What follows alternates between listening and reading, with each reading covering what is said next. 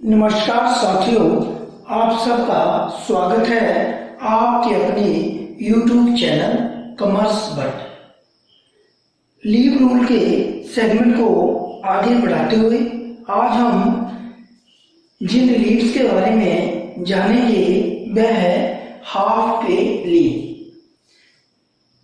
जैसा कि अपने पिछले वीडियो में हमने अर्न लीव क्या है तथा उसके रूल एंड रेगुलेशंस क्या हैं उसके बारे में जाना, आज हम इस वीडियो में हाफ पे लीव के क्या होती है और इसके रूल एंड रेगुलेशन क्या है उनके बारे में जानेंगे।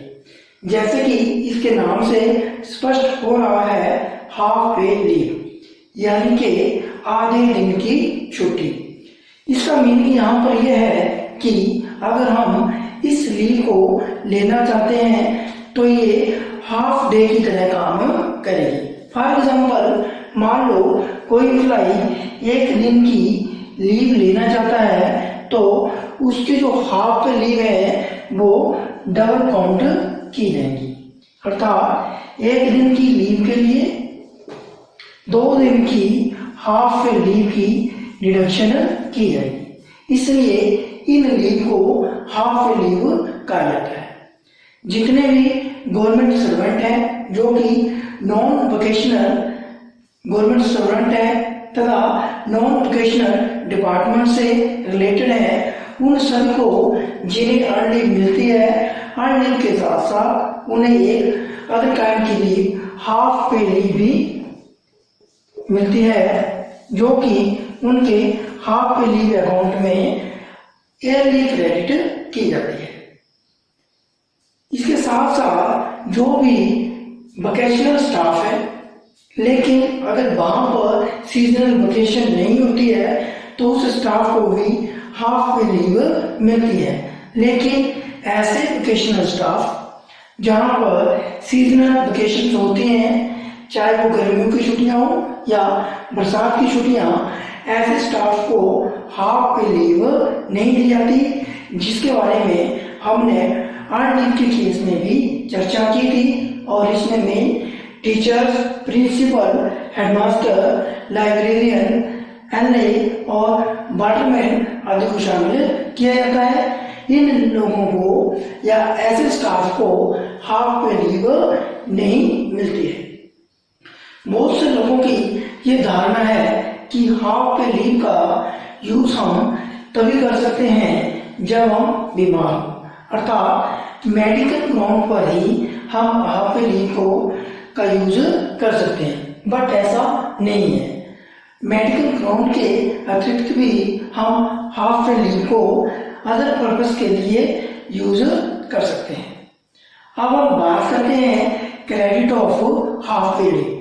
तो जैसे कि अर्न लीव को क्रेडिट करने के लिए हम कैलेंडर ईयर को 2 पार्ट्स में डिवाइड करते हैं, वैसे ही हाफ पे लीव के केस में भी हम जो हमारा कैलेंडर ईयर है उसे 2 पार्ट्स में डिवाइड करते हैं, और जो कि 1 जनवरी से लेकर 30 जून तथा 1 जुलाई से लेकर 31 दिसंबर तक माना जाता है। और हाफ ईयर को ध्यान में रखते हुए हम हाफ पे लीव को क्रेडिट करते हैं, अर्थात 1 जनवरी से लेकर 30 जून तक जो हाफ ईयर होगा उसमें जो हाफ पे लीव है वो एक एम्प्लॉय विशेष को 10 दी जाती है, अर्थात 10 लीव दी जाएंगी जो कि एडवांस में उनके हाफ पे लीव अकाउंट में क्रेडिट की जाती है। और सेकेंड हाफ की अर्थात 1 जुलाई से लेकर 31 दिसंबर तक की जितनी लीव है, अर्थात जो 10 लीव है वो भी 1 जुलाई को ही हर एम्प्लॉय के हाफ पे लीव अकाउंट में एडवांस में क्रेडिट की जाती है। जैसा कि हमने पहले चर्चा की कि हाफ पे लीव को क्रेडिट करने के लिए हम कैलेंडर ईयर को 2 पार्ट्स में डिवाइड करते हैं, अर्थात 2 हाफ ईयर में डिवाइड करते हैं। और कोई भी एम्प्लॉय विशेष 10 दिन की हाफ पे लीव के लिए तभी एलिजिबल होता है जब वह कंटिन्यू 6 मंथ सर्विस करता है। 6 मंथ कंटिन्यू सर्विस का मीनिंग है कि 1 जनवरी बिफोर नून से लेकर लास्ट मंथ की अर्थात 30 जून के आफ्टरनून तक अगर वो सर्विस में रहता है तो उसे 10 दिन की हाफ पे लीव दी जाती है। और सेकेंड हाफ ईयर में वो 1 जुलाई बिफोर नून से लेकर 31 दिसंबर आफ्टरनून तक अगर सर्विस में रहता है तो उसे सेकेंड हाफ ईयर की 10 दिन की कैजुअल लीव दी जाती है। और अगर एम्प्लॉय 1 जनवरी बिफोर नून से लेकर 31 दिसंबर आफ्टरनून तक सर्विस में रहता है तभी उसे 20 डेज की हाफ पे लीव दी जाती है। अर्थात किसी भी हाफ पे लीव को फुल क्लेम करने के लिए उस एम्प्लॉय विशेष की जो सर्विस है वो 12 मंथ कंटिन्यू रहनी चाहिए। अर्थात first day of first month से लेकर last day afternoon of last year month तक वह सर्विस में रहा हो। लेकिन कई बार क्या होता है कि कोई एम्प्लॉय विशेष कैलेंडर ईयर के बीच में ज्वाइन करता है या उसकी रिटायरमेंट कैलेंडर ईयर के बीच में हो जाती है, तो इस केस में उस एम्प्लॉय विशेष की हाफ पे लीव कैसे कैलकुलेट की जाए? क्या उसे फुल 20 डेज की हाफ पे लीव दी जाएगी या इसके लिए कोई और प्रोसीजर है? तो इसका आंसर यह है कि इसके लिए उस एम्प्लॉय विशेष को प्रोपोर्शनेट क्रेडिट ऑफ हाफ पे लीव दी जाती है। अर्थात उसकी जो हाफ पे लीव है वो प्रोपोर्शनेट क्रेडिट की जाती है। इसका लिए एक फार्मूला है, इसमें हम कंप्लीट मंथ ऑफ सर्विस अर्थात उस एम्प्लॉय विशेष ने जितने मंथ सर्विस की है मान उन मंथ को हम 5/3 से मल्टीप्लाई करते हैं। फॉर एग्जाम्पल मान लो किसी एम्प्लॉय विशेष ने 3 महीने सर्विस उस कैलेंडर ईयर में 3 मंथ कंटिन्यू सर्विस की, तो इस 3 को हम मल्टीप्लाई करेंगे 5/3। तो उस एम्प्लॉय विशेष को 15/3 सर्विस हाफ पे लीव दी जाएगी। अगर हम इसे डिवाइड करें तो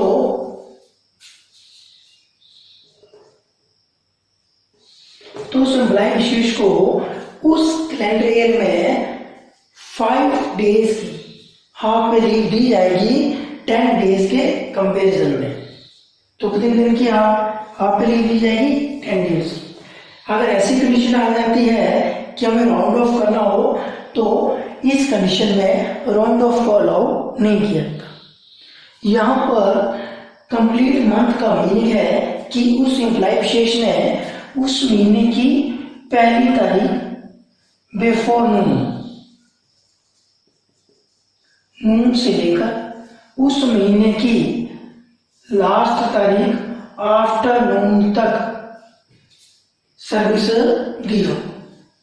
अगर ऐसी कंडीशन होगी तभी उस एम्प्लॉय विशेष के उस मंथ को कंप्लीट मंथ माना जाता है। अगर कोई एम्प्लॉय उस महीने की 1 तारीख को आफ्टरनून ज्वाइन करता है तो उस मंथ को कंप्लीट मंथ नहीं माना जाएगा हाफ पे लीव के केस में। और अगर कोई एम्प्लॉय उस मंथ विशेष की 30 तारीख को बिफोर नून सर्विस से क्विट कर जाता है तब भी उस मंथ को हाफ पे लीव के केस में कंप्लीट मंथ नहीं माना जाएगा। अब हम चर्चा करेंगे हाफ पे लीव के एक्यूमुलेशन के बारे में। जैसा कि हमने अर्न लीव के केस में जाना था कि हम मैक्सिमम 300 डेज तक की अर्न लीव को इकट्ठा कर सकते हैं या एक्यूमुलेट कर सकते हैं। उसके बाद की जो हमारी अर्निंग होती है वो 15+ के रूप में एक्यूमुलेट होती रहती हैं और एक लिमिट के बाद वो लैप्स हो जाती हैं। अर्थात हाफ ईयरली ये 15 लीव्स लैप्स होते रहते हैं। अर्थात मैक्सिमम 300 डेज की हम अर्न लीव एक्यूमुलेट करते हैं, लेकिन हाफ पे लीव के केस में ऐसा नहीं है। हाफ पे लीव के केस में जब तक आप सर्विस में रहते हैं और आपकी सर्विस के दौरान आपकी हाफ पे लीव जितनी है कैलकुलेट होती जाएंगी, वो एक्यूमुलेट रहेंगी। अर्थात इस केस में कोई भी लिमिट नहीं है, चाहे 300, 500 या 1000 हो, जितनी भी हैं ये आपके लीव अकाउंट में एक्यूमुलेट होती रहती हैं और ना ही ये लैप्स होते हैं, नाइदर ये लैप्स होते हैं। अब बात करते हैं maximum single spell of half पे लीव। तो जैसा कि ईयर के केस में है कि कोई भी व्यक्ति अर्न लीव को एक सिंगल स्पेल में मैक्सिमम 180 डेज ले सकता है, ऐसी कंडीशंस हाफ पे लीव में नहीं है। हाफ पे लीव के केस में आप मैक्सिमम कितने भी दिन की हाफ पे लीव ले सकते हैं, इस केस में भी कोई भी लिमिट नहीं है, लेकिन किसी भी हाल में ये लिमिट 5 ईयर को क्रॉस नहीं करनी चाहिए। अर्थात 5 साल से ज़्यादा अगर किसी व्यक्ति विशेष की हाफ लीव बनती है तो वह एक सिंगल स्पेल में इससे ज़्यादा लीव नहीं ले सकता है। अब हम बात करते हैं हाफ लीव के दौरान मिलने वाली सैलरी के बारे में। तो कोई भी व्यक्ति जो कि हाफ लीव को अपने प्राइवेट अफेयर्स के लिए अवेल करता है तो उसे इन लीव के दौरान उसकी नॉर्मल सैलरी का 1.5 अर्थात उसे आधी सैलरी की पेमेंट की जाती है। लेकिन अगर कोई व्यक्ति हाफ लीव को मेडिकल ग्राउंड पर, किस ग्राउंड पर, मेडिकल ग्राउंड पर अवेल करता है, अर्थात मेडिकल इमरजेंसी में अगर कोई व्यक्ति हाफ लीव को यूज करता है तो इस केस में उस व्यक्ति को फुल सैलरी की पेमेंट की जाती है, लेकिन उसकी जो हाफ लीव है वो डबल डिडक्ट की जाती है। फॉर एग्जाम्पल, मान लो कोई व्यक्ति 10 दिन की हाफ लीव लेता है मेडिकल ग्राउंड में, तो उसके जो हाफ लीव अकाउंट होगा उसमें से 20 दिन की हाफ लीव की डिडक्शन की जाएगी और इन लीव्स के दौरान उसे जो सैलरी दी जाएगी वो फुल सैलरी दी जाती है। अब हम चर्चा करेंगे एनकैशमेंट ऑफ हाफ लीव। क्या हम हाफ लीव को एनकैशमेंट अर्थात कैश में कन्वर्ट कर सकते हैं जैसा कि अर्न लीव में हम कर पाते हैं? तो इसका आंसर है नो।